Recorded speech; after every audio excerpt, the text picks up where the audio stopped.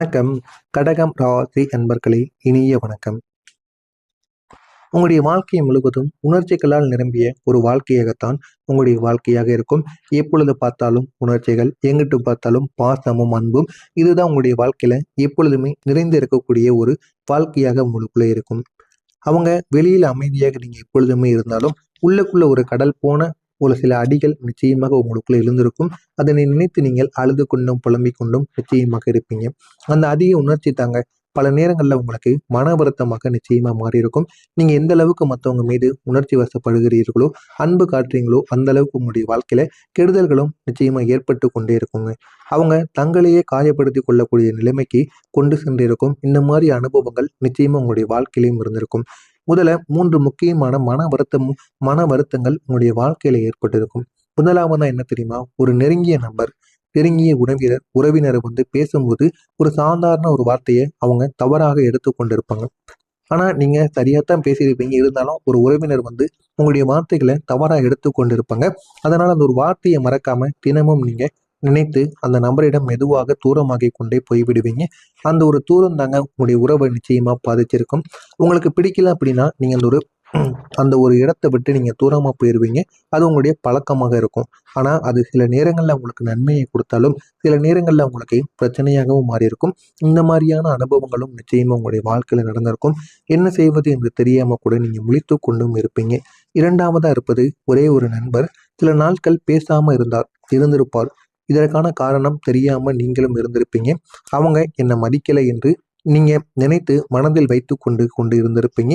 பின்னர் உண்மையான காரணம் தெரிந்ததும் அந்த ஒரு வருத்தம் தாங்க ஏற்கனவே உங்களுடைய மனதை காயப்படுத்தியிருக்கும். இதற்கப்புறம் அந்த மனிதரிடமும் போய் உங்களை பேசவும் வைக்காது. அதுவும் உங்களுக்குள்ள ஒரு இடைந்தலையும் நிச்சயமாக ஏற்படுத்தியிருக்கும். மூன்றாவதா இருப்பது ஒரு குடும்ப நிகழ்வில் ஒருவர் சிரித்து கொண்டே ஒரு கிண்டலை உங்களுக்கு பண்ணியிருப்பாங்க. அதை அவங்க ஆழமாக எடுத்துக்கொண்டு என்ன இகழ்ந்து பேசிட்டாங்க அப்படின்னு நினைச்சிருப்பீங்க.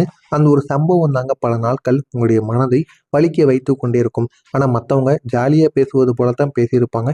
இருந்தாலும் மத்த எல்லார் முன்னாலயும் பேசும் பொழுது உங்களுடைய மனது அது மிகப்பெரிய ஒரு பிரச்சனைக்கு போயிருக்கும். அதிலிருந்து உங்களால வெளிவர முடியாம இன்னமும் அதை நீங்க நினைச்சு இன்னமும் உங்களுடைய மனதை நீங்களே காயப்படுத்தி கொண்டிருப்பீங்க. இந்த மாதிரியான அனுபவங்களும் நிச்சயமா உங்களுடைய வாழ்க்கையில் நடந்திருக்கும். சின்ன விஷயங்களையும் உங்களுடைய மனசுக்குள்ள வச்சுக்கிட்டு தங்களையே காயப்படுத்தி கொண்ட அனுபவங்களும் உங்களுடைய வாழ்க்கையில நிச்சயமா இருக்கும். ஒரு அழைப்பு கூட உங்களுக்குள்ள வராம போயிருக்கும். அதை நீங்க புறக்கணிப்பாக எடுத்துக்கொண்டிருப்பீங்க. இந்த மாதிரி அனுபவங்களும் உங்களுடைய வாழ்க்கையில நிச்சயமா இருந்திருக்கும். ஒரு செய்திக்கு உடனே உங்களுக்குள்ள பதில் வராம இருக்கும். அதை அன்பு இல்லாததாய் நீங்க நினைத்திருப்பீங்க. ஆனா உங்களுக்குன்னு சில பிரச்சனைகள் இருந்திருக்கலாம். சில ஏதாவது வேலைகள் இருந்திருக்கலாம். அதனால உங்களுக்கு ஏதாவது பதில் உங்களுக்கு கிடைக்காம இருக்கலாம். ஆனா அதை நீங்க தவறா புரிந்து கொண்டிருப்பீங்க. தவறாக புரிந்து கொண்டு அந்த ஒரு உறவையே நீங்க இழந்திருப்பீங்க. இரண்டாவதா ஒரே ஒரு ஆலோசனை உங்களுக்கு கூறப்பட்டிருக்கும். அதை குறை சொல்லப்படுவது போல நீங்க எடுத்துக்கொண்டிருப்பீங்க. அது ஆலோசனையை மற்றவங்க கூறுனாங்க அப்படின்னா அதை கேட்டு நீங்க நடந்து கொள்ளணும். அதுல ஏன் அவங்க நமக்கு கூறுறாங்க, நம்முடைய வாழ்க்கையை நமக்கு பார்க்க தெரியாதா அப்படின்னு அதுல நீங்க ஆர்கியூ பண்ணக்கூடாது. மற்றவங்க ஆலோசனை தான் பண்றாங்க. ஒரு தடவை பண்ணும் பொழுது சரின்னு கேட்டுக்கொள்ளணும். இரண்டு தடவை சரி கூறும் பொழுதும் சரின்னு கேட்டுக்கொள்ளணும். அதற்கப்புறம் அவங்க கூறும் பொழுது நீங்க அந்த ஒரு உறவை துண்டிக்கிறது தவறு கிடையாது. ஏன்னா ஒரு முறை தான் ஆலோசனை, 2 முறையும் ஆலோசனை தான். அதற்கப்புறம் கூறும் பொழுது அது ஆலோசனை கிடையாது. நம்மள அவங்க இகழ்ந்து பேசுவது போல நிச்சயமாக இருக்கும். ஒரே ஒரு பார்வை மாற்றம் தாங்க. அதை கோபமாக உங்களுக்கு புரிந்து கொண்டிருக்கும். இதனால உங்களுடைய வாழ்க்கையில சின்ன சின்ன பிரச்சனைகளும் சண்டைகளும் நிச்சயமாக உருவாகியிருக்கும். ஒரே ஒரு சின்ன மறதி, அதை மரியாதை இல்லாமையாக எண்ணியிருப்பீங்க. இவையெல்லாம் சின்ன சின்ன விஷயங்கள் தான். ஆனாலும் உங்களுடைய மனதில் வைத்துக்கொண்டு அதை பெரிய ஒரு காயங்களாகவே நீங்க நிச்சயமா மாத்திருப்பீங்க. மாற்றி அதை இன்னமும் நீங்க பிரச்சனையாகவும் தூண்டி கொண்டும் இருப்பீங்க. குடும்பத்துல உங்களுக்கு அதிக கவலை உணர்வு ஏன் தெரியுமா ஏற்பட்டது? எல்லாரையும் பத்தி நீங்க அதிகமா யோசிப்பீங்க. குடும்பத்துல யார் எப்படி இருக்கா, என்ன பண்றாங்க அப்படின்னு நீங்க அதிகமா யோசிக்கக்கூடிய ஒரு நபராக இருப்பீங்க. ஆனா அதை சரியாக நீங்க பகிர்ந்து கொள்ள மாட்டீங்க. என்னாலேயே எல்லாம் சரியாகணும் அப்படிங்கிற ஒரு எண்ணம் உங்களுக்குள்ள இருக்கும்.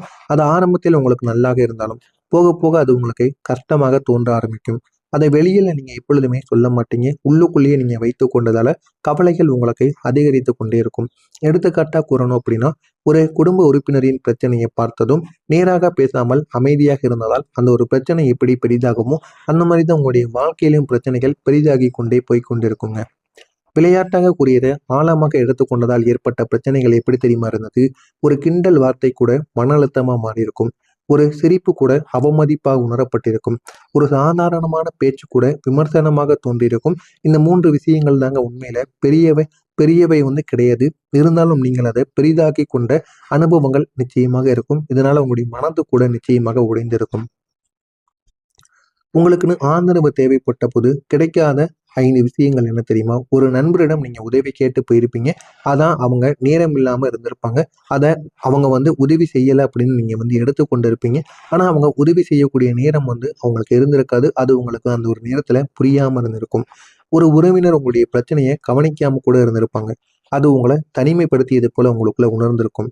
ஒரு குடும்ப உறுப்பினர் உங்களுடைய உணர்ச்சிகளை புரிந்து கொள்ளாம நடந்திருப்பாங்க. அது உங்களுடைய மன வருத்தத்தை இன்னும் அதிகரித்திருக்கும். ஆனா அவங்களுக்குன்னு என்ன பிரச்சனை இருந்தது அப்படின்னு நீங்க அந்த பக்கம் இருந்தும் யோசிக்க மாட்டீங்க. ஒரு வேலை இடத்தில் கூட உங்களுக்கு ஆதரவு கிடைக்காம இருந்திருக்கும். அதுவும் உங்களுடைய தன்னம்பிக்கையையும் நிச்சயமாக குறைத்திருக்கும். ஒரு நெருங்கிய நபர் உங்களுடைய கஷ்ட நேரத்தில் அருகில் இல்லாம கூட போயிருப்பாங்க. அதுவும் உங்களுடைய நம்பிக்கையை உடைத்து என்ன செய்வது என்று தெரியாம உங்களை கவலையில ஆழ்த்தியிருக்கும். ஆனா உண்மையில சொல்லணும் அப்படின்னா அவங்க தங்களுடைய சூழ்நிலையால நிச்சயமாக இருந்திருப்பாங்க. நீங்க அதை வேறு ஒரு விதமாக எடுத்து கொண்டிருப்பீங்க. இதனால உங்களுடைய வாழ்க்கையில எவ்வளவோ பிரச்சனைகள் நிச்சயமாக நடந்திருக்கும். இதுவரைக்கும் நான் கூறியது உங்களுடைய வாழ்க்கையில நடந்திருக்கா இல்லையா என்பதை கமெண்ட் வாயிலாக கூறுங்கள். இனிமே உங்களுடைய வாழ்க்கையில நடக்கப் போவது என்ன என்பதை பற்றி தெரிந்து கொள்ள மறக்காம நீங்க நம்முடைய சேனலை சப்ஸ்கிரைப் பண்ணி வச்சுக்கணும்.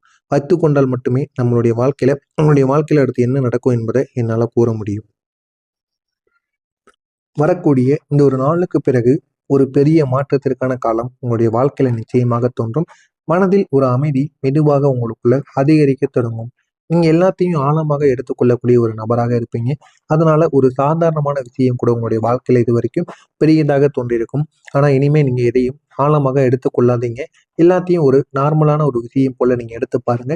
உங்களுடைய வாழ்க்கையில ஏற்படக்கூடிய 80% பிரச்சனைகள் நிச்சயமாக தீர்ந்து உங்களுடைய குடும்பமும் நீங்களும் நிம்மதியான ஒரு வாழ்க்கையை நிச்சயமாக வாழ்வீங்க. உணர்ச்சிகளை கட்டுப்படுத்தக்கூடிய ஒரு திறனானது உங்களுக்குள்ள நிச்சயமாக தோன்றும். அப்படி நீங்க உணர்ச்சிகளை கட்டுப்படுத்தும் போது 3 முக்கியமான மாற்றங்கள் ஏற்படும். சண்டைகள் உங்களுடைய வாழ்க்கையிலையும் உங்களுடைய குடும்பத்திலும் இருந்தும் குறைந்துவிடும்.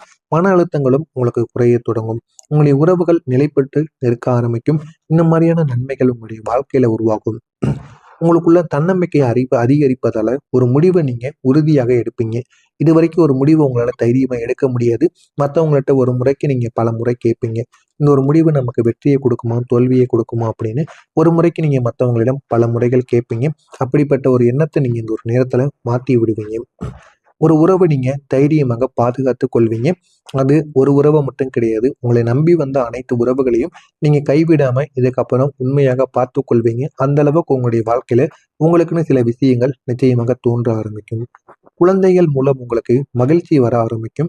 அவங்களுடைய சிரிப்பு, அவங்களுடைய சிறிய சிறிய செயல்கள் உங்களுடைய மனதை லேதாக மாற்றிவிடும். எவ்வளவு கவலைகள் இருந்தாலும் அந்த கவலைகளை உங்களுக்குள்ள மறக்க வைக்கும். அவங்க உங்களை மீண்டும் மீண்டும் சிரிக்க வைப்பாங்க. அந்த அளவுக்கு நன்மைகள் உங்களுடைய வாழ்க்கையில நிச்சயமாக தோன்றும். புதிய நம்பிக்கைகள் உங்களுக்குள்ள உருவாகும். எல்லாம் சரியாகும் அப்படிங்கிற ஒரு எண்ணம் உங்களுக்குள்ள தோன்றி உங்களுடைய வாழ்க்கையை அது நிச்சயமாக மாற்றியும் கொடுக்குங்க. அந்த ஒரு நம்பிக்கை தாங்க தினமும் உங்களை நினைத்து அதை பிடித்து வைத்துக்கொள்ள உங்களுக்குள்ள உதவியாக நிச்சயமாக இருக்கும். இது அனைத்தும் உங்களுடைய வாழ்க்கையில நிச்சயமா நடக்கும். உங்களுடைய வாழ்க்கையில திருப்பமும் சந்தோஷமும் அதிகரிக்க ஆரம்பிக்கும். நீங்க முன்பு இருந்த கவலைகளை விடுவித்து விடுவீங்க. விடுவித்து இப்போது உள்ள அமைதியை நீங்க அனுபவிக்க ஆரம்பிப்பீங்க. முன்னாடி எவ்வளவுதான் கவலைகள் இருந்தாலும் அதை நீங்க மறந்து பாருங்க. உங்களுடைய வாழ்க்கை இன்னும் அழகானதாக மாறும். உங்களுடைய வாழ்க்கையை மாற்றக்கூடிய ஒரே ஒரு நிகழ்வு. ஒரு நாள் நீங்க உங்களுடைய பழைய நினைவுகளை நினைத்து வருந்தி கொண்டிருந்திருப்பீங்க. ஆனா அதே ஒரு நேரத்துல ஒரு நல்ல செய்தி வந்திருக்கும். அது உங்களுடைய வாழ்க்கையை நிச்சயமா மாத்திருக்கும். அந்த நாள் முதல் கடந்தது கடந்தது என்று நீங்க முடிவு பண்ணியிருப்பீங்க. அந்த ஒரு முடிவு உங்களுடைய வாழ்க்கையை முழுவதுமாக மாத்திருக்கும். இப்ப சொல்ல போவது என்ன அப்படின்னா, நடந்தது நடந்து முடிஞ்சிருச்சு. இன்னும் அதை பத்தி நம்ம யோசித்து கொண்டே இருந்தோம் அப்படின்னா எதுவுமே நடக்காது. இனிமேல் நம்முடைய வாழ்க்கையில நல்ல விஷயங்களை எப்படி நம்ம நடக்க வைப்பது என்பதற்காக நம்ம ஓடணும். அதைத்தான் நான் கூற வரேன். அந்த மாதிரி நீங்க நினைத்து கொண்டு உங்களுடைய வாழ்க்கையை நீங்க நகர்த்திட்டு போய் பாருங்க. உங்களுடைய வாழ்க்கை இன்னும் அழகானதாக மாறும். நீங்க நினைத்ததை விடவும் அதிக அளவுல உங்களுக்கு நன்மைகளும் நிச்சயமா கிடைக்கும்.